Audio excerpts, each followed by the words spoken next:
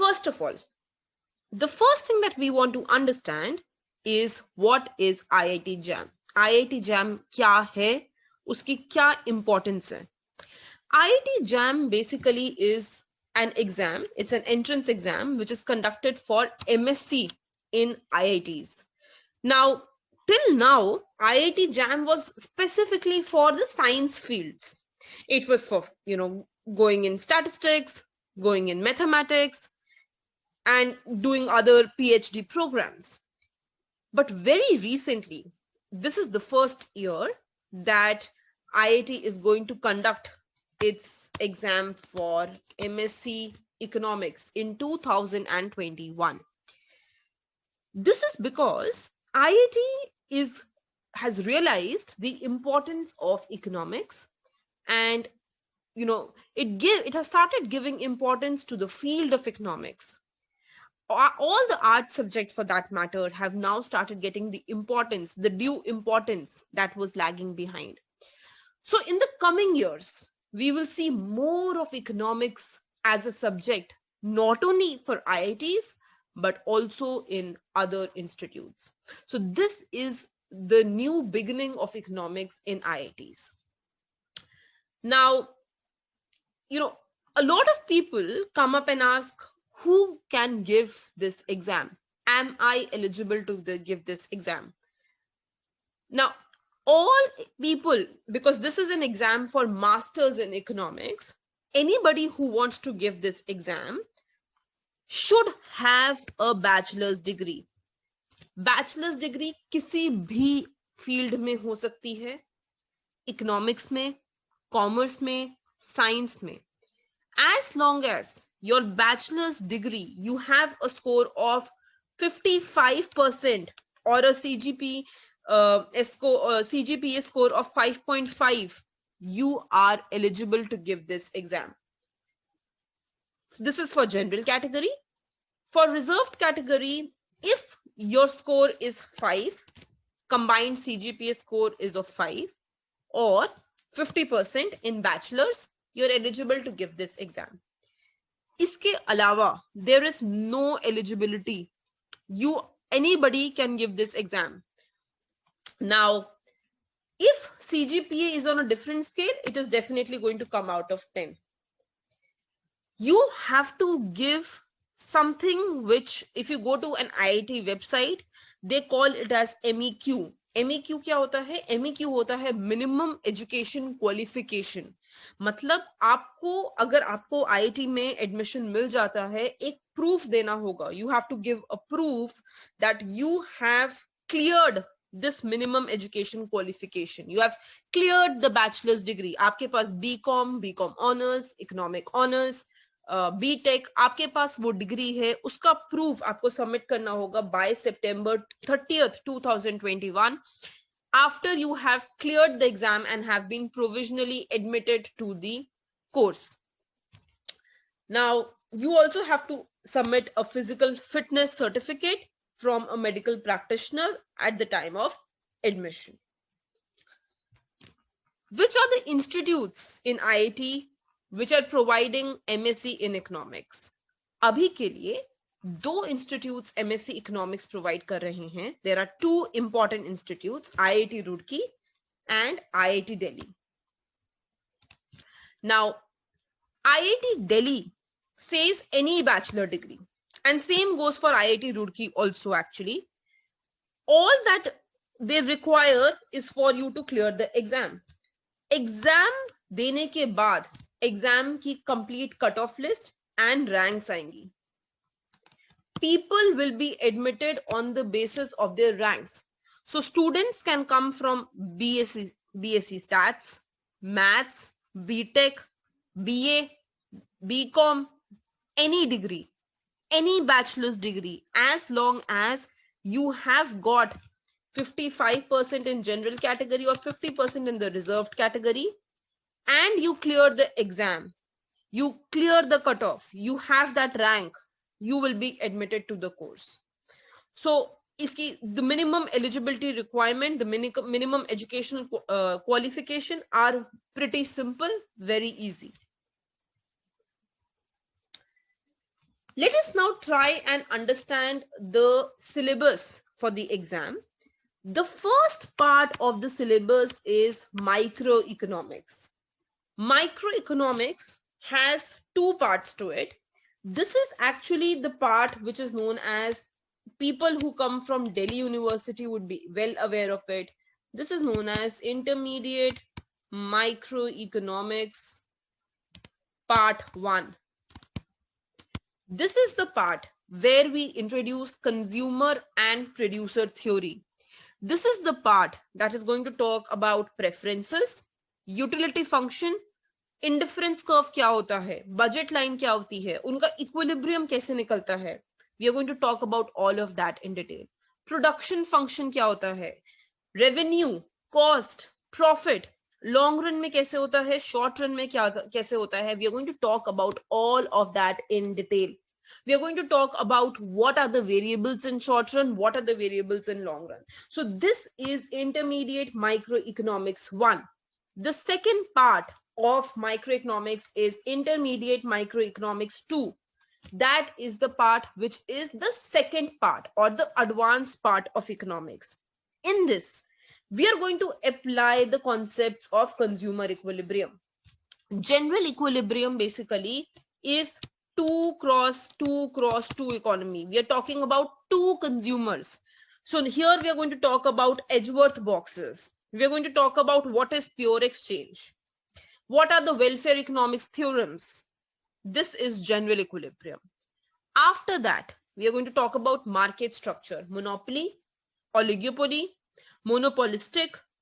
What is the difference between these three? What is first degree price discrimination, second degree price discrimination, third degree price discrimination? Very, very important topic from the point of view of exam. This is the third part of economics, which talks about game theory.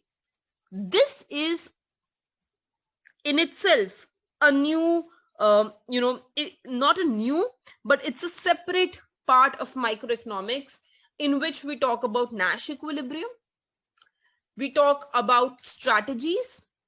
We talk about dominant strategy, dominated strategy, different examples, and we talk about duopoly.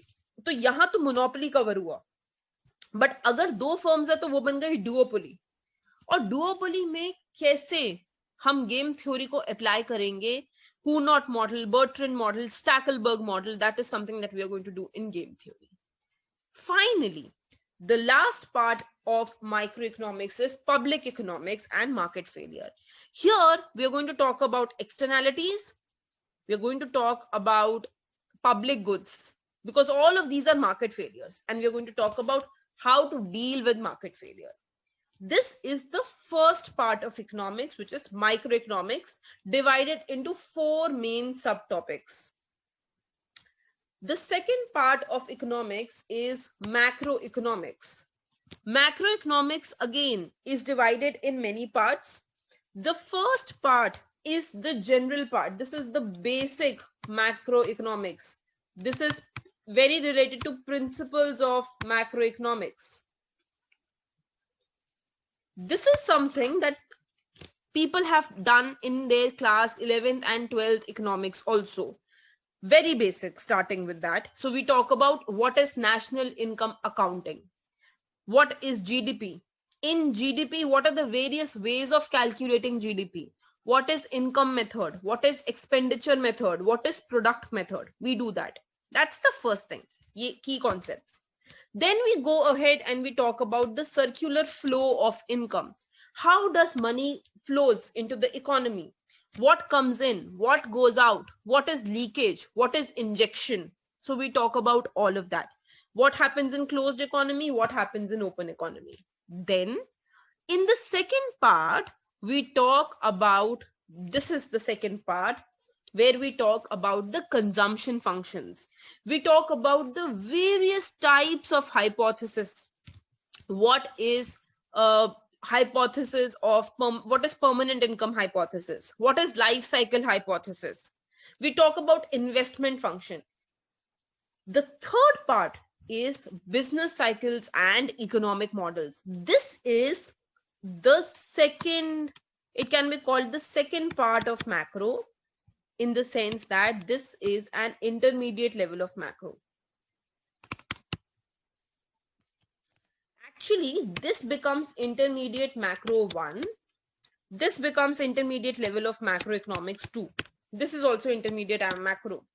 So, in this right here, this ISLM model is very important for all master's exams, for all entrance exam. Very, very important, not only for IIT, but also for any kind of entrance exam related to economics. ISLM model is the starting point. Then we talk about business cycles. And here, yet again, we talk, and this is very, very important yet again, which is the Mundell-Fleming model. This is actually something which is very important from the concept of international economics also. Finally, we talk about what is inflation, what is Phillips curve, how is inflation related to unemployment rate.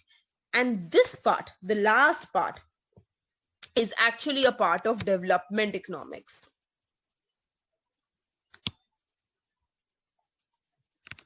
Where we talk about Harrod-Domer model, talk about Solow model, etc. And I will give you the equation for Harrod-Domer and Solow model, because a lot of times equations will also come. The next part that we want to discuss is statistics. In statistics, we are going to talk about the probability theory. What is conditional probability? What are the independent events? What is a sample space? We are going to talk about point interval and point estimation and interval estimation. We are going to talk about hypothesis testing, something which is very, very important for any entrance exam. Very important. What is Z-test? What is T-test, F-test, chi-square test? What are these tests? What are their distributions? Which is symmetric? Which is non-symmetric? We're going to talk about that. What is type 1 error? What is type 2 error? What is p-value? What is betas? What are the tests for comparing parameters? We're going to talk about what is confidence interval. What is the, how do you estimate using methods of movement and method of maximum likelihood procedure? Which method is better, movements method or maximum likelihood method? We're going to talk about the density and distribution functions. How do you find expected values? How do you find out jointly distributed random variables? All this is going to be covered as part of statistics. The next part, which is very theoretical and would require thorough revision of notes, is Indian economy. In Indian economy, we are going to talk about the phases of development. What happened in 1950s? What happened in 1960s? When did Green Revolution came? When did LPG came? Then we are going to talk about when did nationalization of banks took place? What happened with the banks? What were the various planning models? Which was the planning model in which we said that we want to go and develop the manufacturing sector? What is the relationship between agricultural and industrial growth? Why do we say that we missed the middle? Why and how did India just went from agricultural to the service sector, missing the manufacturing sector? What was the BOP crisis that took place in 1991? What are the fiscal deficits? What are the banking crisis? What is credit reserve ratio? What is statutory liquidity ratio? What about inequalities? What about poverty? How do you calculate inequality? What is Gini's coefficient? We're going to talk about all of that. What are the methods of poverty estimation? What is absolute poverty? What is relative poverty? All that. When we talk about labor market, what is labor force participation rate? How is labor force participation rate different from population? What is natural level of unemployment? What is natural level of employment? Corresponding to natural level of employment, what is natural level of output? So we're going to talk about all of that in detail in Indian economy. The last part of the syllabus is where we talk about mathematics for economics. The first part of this is going to talk about set theory and number theory. This is where we are going to introduce sets, we are going to introduce functions, we are going to introduce derivations, derivatives. What is first order derivative, second order derivative, higher order derivative? The second part is where we understand what are convex functions, concave functions, what is linear algebra, very important from any entrance exam point of view. What are vector spaces? What is linear transformation, matrix representation, system of linear equation, etc. The third part is where we are going to talk about function of several real variables. What is a homogeneous function? How is it different from a homothetic function? What are the characteristics of the two kinds? What is implicit function theorem? Very, very important. Then we're going to talk about multivariate optimization. And finally, we're going to talk about linear programming and integration. Now, let us try and understand what are the number of seats that we have. For IIT Delhi, the total number of seats that we are looking at is 25. 9 in general, non-PWC, 1 PWC, 2 EWS, 7 OBC, 4 SC, 2 ST. And in IIT Roorkee, the total number of seats that we are looking at is 33, out of which 13 is non-reserved and others are reserved. So the total number of seats that we are looking at is 58 seats for MSc Economics.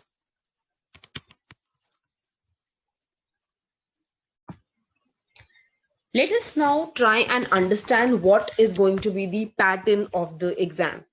See, there are 3 sections, section A, B, and C. A has MCQs. MCQ will have exactly 1 correct answer. B is MSQ, multiple select question. This is multiple choice question. Multiple select question can have more than 1 correct answer. You will get marks only if you mark all the correct options. So it can have more than 1 correct option. 2 या 3 भी सही हो सकते हैं. आपको marks सिर्फ तब मिलेंगे अगर आप सारे options जो correct होंगे उनको mark करेंगे. Only then you're going to get that mark. The third is NAT. This is going to be numerical questions. These are the subjective question kind of things. So this is related to numericals. Again, you don't have to, go ahead and write it down. Everything is going to be on a computer screen, but these will not have options per se, but these would be numerical questions. Now, let us try and understand, here you have to go ahead and mark using the keyboard of the, using the virtual numeric keyboard. You cannot use the keyboard of the computer. You will be given a virtual keyboard that will appear on the screen and you just have to use that. In section A, there will be 10 1-mark questions. So this is 10 marks. And 22 marks questions. So this will be 40. So section A will be for 50 marks. 10 will be 1-mark questions. 20 will be 2 marks questions. There is negative marking in section A. So if you do a question wrong, which is a 1-mark question, 1/3 would be deducted. 1/3 will be deducted. So if you do a wrong answer, 1/3 gets deducted. There is negative marking. If you do a wrong answer in 2 marks question, 2/3 will be deducted. So section A is MCQ. 10 question, 1 marks each. If you do wrong, 1/3 deducted. 20 questions, 2 marks each. If you do wrong, 2/3 deducted. And total number of questions will be 30 in section A. And total number of marks allotted to section A is 50 marks. Section B, which is multiple select questions, no 1 mark question is there. Only 10 2 marks question will be there. So this is for 20 marks. There is no negative marking and no partial marking. Means if there are supposedly one question has 4 options and 3 options are correct. If you mark only 2 options or if you mark only 1 option, you will not be given marks. अगर 3 options correct हैं 4 में से तो तीनों को mark करने पर ही marks मिलेंगे, वरना उस आंसर के लिए आपको 0 मिलेगा. सो नेगेटिव मार्किंग नहीं है पर पार्शियल मार्किंग भी नहीं है. मार्क्स सिर्फ तब मिलेंगे अगर आप उसके सारे ऑप्शंस पर आंसर मार्क करते हैं. अगर आप वो सारे ऑप्शन सेलेक्ट करते हैं, if you select all the options, you would be given marks. Now let's go to the last part, which is NAT, which is numerical based. This has 10 1 mark questions. This is 10 marks and 10 2 marks question, which is 20. So this is for 30 marks. In NATs, question will be entered using virtual numerical keypad. These are numeric questions. You have to use keypad for it. Now, so 50 marks section A, 20 marks section B, 30 marks section C. So total is 100 marks for 60 questions to be done in 3 hours. There is a provision of online virtual calculator also. Students do not have to carry any calculator with them. They will be also given a scribble pad for rough work, and this also has to be returned at the end of the exam. All the 3 sections are compulsory. तीनों sections ही attempt करने हैं. Questions in each section have to be attempted. There is also negative marking, so while attempting you have to be very sure. Which you don't, the questions that you don't attempt, supposedly इसमें 10 में से आपने 2 question attempt नहीं किए, you will be marked 0. सही attempt करा 1 marks, गलत attempt किया -1/3. Again, for section 3, no negative marking. Section B, no negative marking. Section A, there is negative marking. So this is the pattern of the test.